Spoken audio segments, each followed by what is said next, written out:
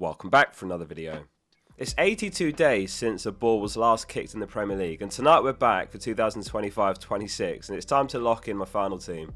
If you're new around here and just tuning in for the final video, I've been number 1 in the world before in FPL and last season finished 3,400 out of the 11 or so million managers, and I make daily FPL content to help you do well and win your leagues, so make sure you hit subscribe below. A major milestone hit this morning. If you didn't know, I've got my own free FPL app as well, and there's now 250,000 active users benefiting from it. So what does the app actually do? You'll probably find there's certain tools that you like using the most, but to name a few, there's a bonus points checker during games, live rank checker, fixture ticker, clean sheet and goal score odds, expected data, price changes and loads more. And we've got a brand new widget launching tonight during Liverpool versus Bournemouth, so keep your eyes peeled. There's a load of premium features as well. Of course it costs a lot to run a website and app like this, and if you want to unlock them all, it's only 39p per week. It's never going to be this cheap again, and that pre-season offer ends tonight after the deadline. Use the link in the description to get it on iOS or Android, or search FPL Focal in the App Store.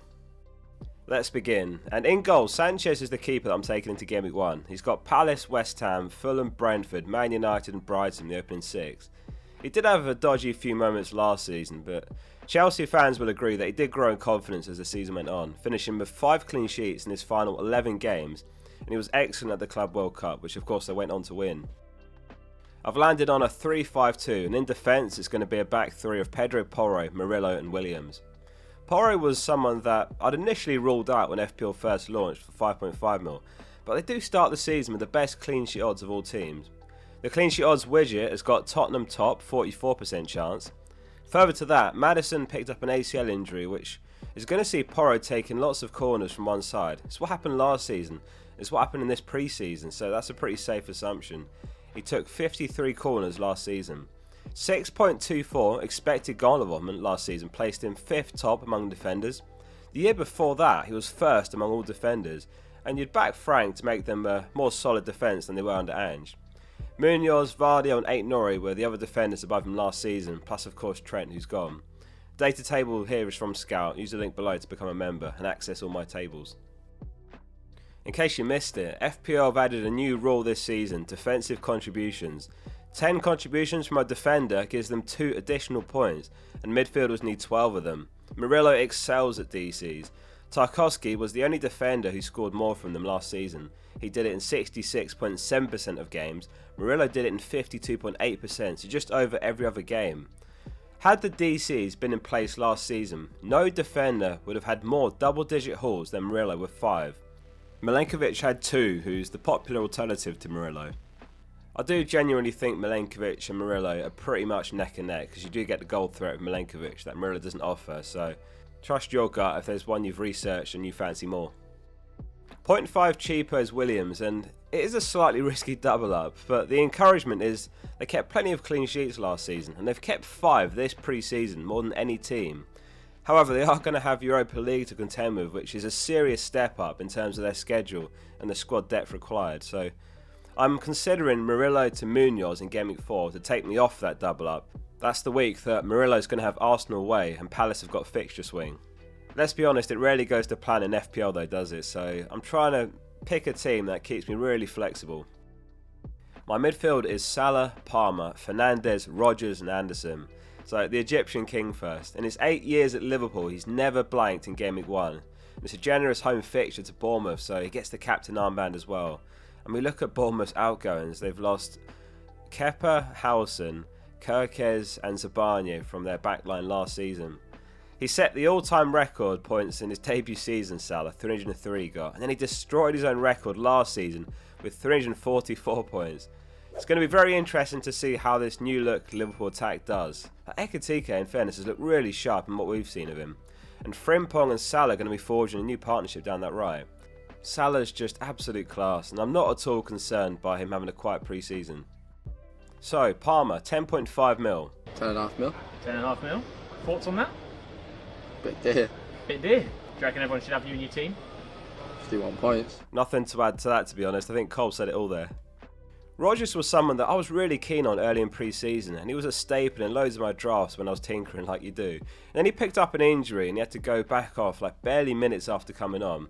It has been seen in training though since, and I'm recording this video before we hear from Emery's press conference, so I'm hoping we'll get even more clarification there. He's a 90-minute-a-game man normally, 19 goal involvements last season and 37 starts, and it was a breakout season really for him. Like, how much can he improve on what was already a brilliant year? Anderson's very much a defensive contributions or analytics pick.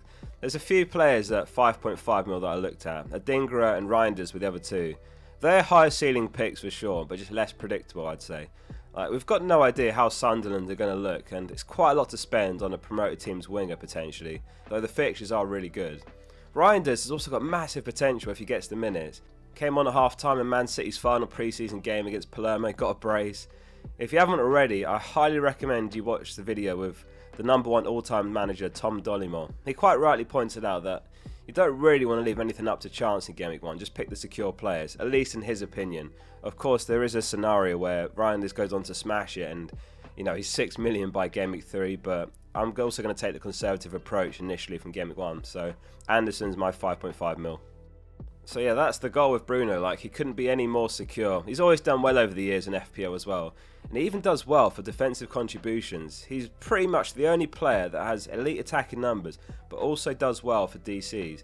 He hit the threshold on 11 occasions last season, so that's 22 extra points he would have got. Tim Bayer did some analysis on DCs, and naturally the fixtures against harder teams tend to provide more DCs because the teams have to defend more. But that happy middle ground of a close game that's got attack and return potential still is a sweet spot. So he did some analysis. How many of the first 6 matches are close contests that offer defensive contributions without ruling out attacking returns? Man United have 5, which is the joint second most. Up front, it's my absolute joy to be reunited with Strand Larsen, who pairs with Watkins. Those of you that watched my content last season will know that when everyone turned their back on Strand Larsen to get João Pedro instead, Strand Larsen was the main man for me. He was something like 5.2 mil when I picked him up, and he got a couple of braces, loads of goals, and he scored a ton of goals when Cunha was out, interestingly. And of course, Cunha's gone to Man United now. The Gameweek 1 fixture sucks, don't get me wrong, but you have to look longer term when you're picking a Gameweek 1 team, and that's the same reason that Bruno's in. Strand Larsen scored 4 goals in the 4 games that Cunha was suspended last season. They're going to be feeding all the chances to him, and he's got a chance of being on pens even. But we'll have to see who actually takes the next one. It could be Arias. He's barely taken any in his career, to be honest. Overall, I really like Wolves' fixtures. They've got Everton home, Leeds homecoming. Going back a little bit further as well, in Gameweek 8 and Gameweek 9, Wolves play against Sunderland and Burnley back to back. So hopefully he delivers consistently enough that I hold him for that long. So Watkins completes the 11 for me. He's been on fire in pre-season. He's just a proven player. I'll tell you what I don't like about the team so much. It's missing that 7.5 mil forward price point, because there's a lot of options there, isn't there? There's João Pedro and Mateta, you've got Solanke, you've got Wood. Palace are home to Sunderland in Gameweek 4. Now, I'm not going to be selling Watkins because he plays Sunderland in Gameweek 5 straight after. I could ignore Mateta entirely and do something like Rodgers to Sarr, but that's the same issue. I'm selling a player of good fixtures which can massively backfire. You can't have them all in FPL, but I am conscious of that. I'm obviously not going to be selling Salah and Palmer that early, and Bruno would have to blank 3 games in a row and look really poor in general for me to even entertain selling him, but even then unlikely. So it's slightly inflexible is the point I'm trying to make. There is of course the option of Murillo to Munoz in Gameweek 4 that I mentioned if price changes don't prevent it. But yeah, as I say, you can't have them all in FPL anyway. One player I'd really like to have in my team is Wirtz, and I have gone back and forth on this a lot, Watkins versus Wirtz. For me it's one or the other. I'm not finding a satisfactory way to have both. It is possible to have both. It would mean Rodgers is Wirtz instead. It would mean Anderson to Dewsbury Hall, and it would mean Murillo down to a 4.5 mil defender. It could be worth it if Wirtz goes to have a big season, but here's 2 downgrades elsewhere on paper, so I'm going to stick with that for now. My bench is Dubravka, Anderson, Esteve and Mark Yu.